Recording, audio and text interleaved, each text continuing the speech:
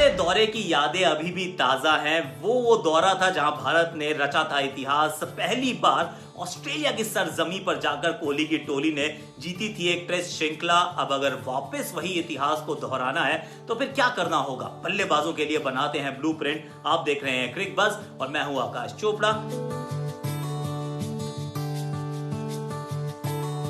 Let's start with the openers. Open करते हैं openers के साथ। और लेट्स बी ऑनेस्ट, अगर आप ऑस्ट्रेलियन क्रिकेट की बात करें, ऑस्ट्रेलिया में क्रिकेट की बात करें, तो फिर नई गेंद का जो महत्व है, चाहे वो आपके हाथ में गेंद हो, चाहे वो आपके हाथ में बल्ला और सामने वाले गेंदबाज के हाथ में नई गेंद हो, it can never be overstated. क्योंकि नई गेंद, चाहे वो कुकुबरा की लाल हो या फिर हो वो पिंक, नई गेंद से प्रहार होता है, नई गेंद से आप विकेट्स गंवाते हैं। और अगर किसी तरीके से आपने उस नई गेंद के थ्रेट को न्यूट्रलाइज कर लिया, अगर आपने वो नई बॉल का जो अटैक है उसको आपने ब्लंट कर दिया, और वो जो कुकुबरा की गेंद है, चमचमाती हुई गेंद को अगर आपने पुराना कर दिया, तो फिर इतिहास गवाह है कि आपकी टीम अच्छा करती है। और चाहे वो भारतीय दौरों के पीछे की बात कर लीजिए या फिर ऑस्ट्रेलिया, जब ऑस्ट्रेलिया में डोमिनेट करती है तो उनका भी एक कॉमन थ्रेड रहता है कि नई गेंद से ज्यादा विकेट वो गंवाते नहीं है। अब भारतीय टीम की तरफ देखें तो मयंक अग्रवाल के साथ कौन ओपन करेगा? सबसे पहला तो बड़ा यही सवाल रहेगा कि कौन है उनका साथी। मैं तो कहूंगा शुरुआत आपको पृथ्वी शॉ से ही करनी पड़ेगी, क्योंकि न्यूजीलैंड में वो खेले थे, वहां रन बनाए थे, और अगर अब आपने उनको छोड़ दिया, शुभमन को खिला लिया, तो वो दोनों के लिए गलत है। शुभमन अभी तक वो टेस्ट ओपनर के रूप में एक बार भी नहीं खेले हैं, इनफैक्ट टेस्ट मैच ही नहीं खेले हैं बतौर ओपनर में। उनको I will not throw him at the deep end. KL Rahul मेरे वो आउटसाइड एक चांस रहेंगे, थोड़ी सी लेफ्ट फील्ड सिलेक्शन रहेंगे, क्योंकि रोहित तो वैसे भी नहीं है। पर मैं शुरुआत में जाऊंगा मयंक अग्रवाल और पृथ्वी शॉ की जोड़ी के साथ, और मयंक पे थोड़ा सा ज्यादा तवज्जो दूंगा क्योंकि वो एक्सपीरियंस खिलाड़ी हैं। यहीं पर तो उनका पिछली बार टेस्ट मैचेस में पदार्पण हुआ था, डेब्यू हुआ था। फर्स्ट मैच वो यहाँ खेले थे, बॉक्सिंग डे टेस्ट मैच था, एंड एज दे से द रेस्ट इज हिस्ट्री। तब से सिर्फ आगे की तरफ बढ़े हैं। अब नई गेंद को खेलने के लिए क्या तरकीब भिड़ानी पड़ेगी?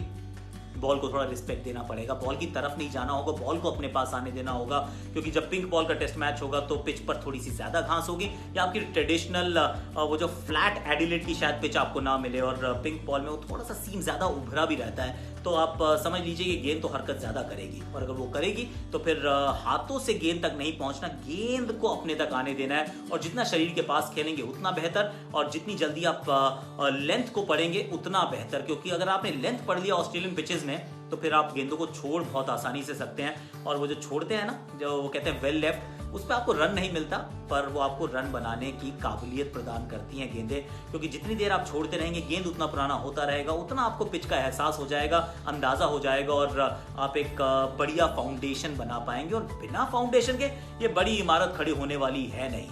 चेतेश्वर पुजारा पहले 10-15 ओवर में बैटिंग आ सकती है, बहुत बार आने वाली है। अब पिछली बार वो एक दीवार की तरह खड़े थे, और उस दीवार के दूसरी तरफ फास्ट बॉलर्स देख ही नहीं पाए। सिर्फ फास्ट बॉलर्स ही नहीं, उन्होंने नेथन लायन को भी न्यूट्रलाइज किया। फास्ट बॉलिंग तो उन्होंने बहुत कमाल की खेली है। जरूर उनके लिए थोड़े से ट्रैप्स बनाए गए हैं, थोड़ा सा उनको परेशान करने का प्रयास किया जाएगा, बहुत सारा डेटा एनालिसिस किया जाएगा, पर चेतेश्वर पुजारा जिस स्थिति पे है, जिस फेज में है अपने टेस्ट करियर के, मुझे नहीं लगता कि उस बात से उतना फर्क पड़ेगा।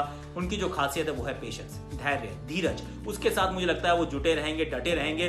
और एक चीज सिर्फ मुझे लगता है कि अगर पढ़ने के बाद गेंद लेफ्ट और राइट थोड़ा सा मूव करती है, अंदर या बाहर जाती है, और अगर गति से जाती है, तो कई बार उनको थोड़ी दिक्कत जरूर होती है। तो वो एक ध्यान देने योग्य बात होगी, क्योंकि खेलते तो वो बहुत पास हैं, पर वो बैट पैड में ना कई बार थोड़ा गैप रह जाता है। कई बार वो इनसाइड द लाइन खेलते हैं और ऑफ स्टंप के बिल्कुल टॉप पे जाके कई बार गेंद लग जाती है। अगर ऑफ द पिच तेज गति से गेंद जाए तो, अगर तो पिचेस में थोड़ा सा ज्यादा स्पाइस होगा, थोड़ा सा और गति ज्यादा होगी, तो हो सकता है कि वो एक एरिया ऑफ माइनर कंसर्न हो सकता है चेतेश्वर के लिए।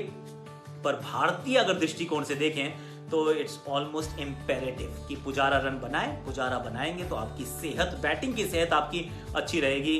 और नंबर 4 पे कौन आता है? नंबर 4 पे पहले मुकाबले में आएंगे विराट कोहली, और कप्तान कोहली को कप्तानी पारी खेलनी पड़ेगी। और इसकी कई वजह हैं। पहली बात तो ये पिंक बॉल टेस्ट मैच है। पिंक बॉल टेस्ट मैच जब पिछली बार हुआ था वो बांग्लादेश के साथ ईडन गार्डन्स में हुआ था, कोहली ने वहां रन बनाए थे। और ये दूसरा ही पिंक बॉल टेस्ट मैच है भारतीय टेस्ट क्रिकेट के इतिहास में।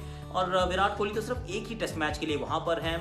ये 2003-04 का दौरा भी याद आता है, जो ब्रिस्बेन का मैच था, कप्तान ने आगे से कप्तानी की थी, चल पड़ा था सीना तान, नाम था सौरव गांगुली, और दादा की उस पारी ने भारतीय टीम को बहुत मनोबल प्रदान किया। और that is exactly what I am expecting from और विराट कोहली अगर वो अच्छा करते हैं, पहले ही मैच, एक मैच 2 पारियां, Adelaide is his favourite hunting ground, तो अगर वहां वो अच्छा करते हैं तो भारतीय टीम और सुदृढ़ स्थिति में पहुंच जाएगी।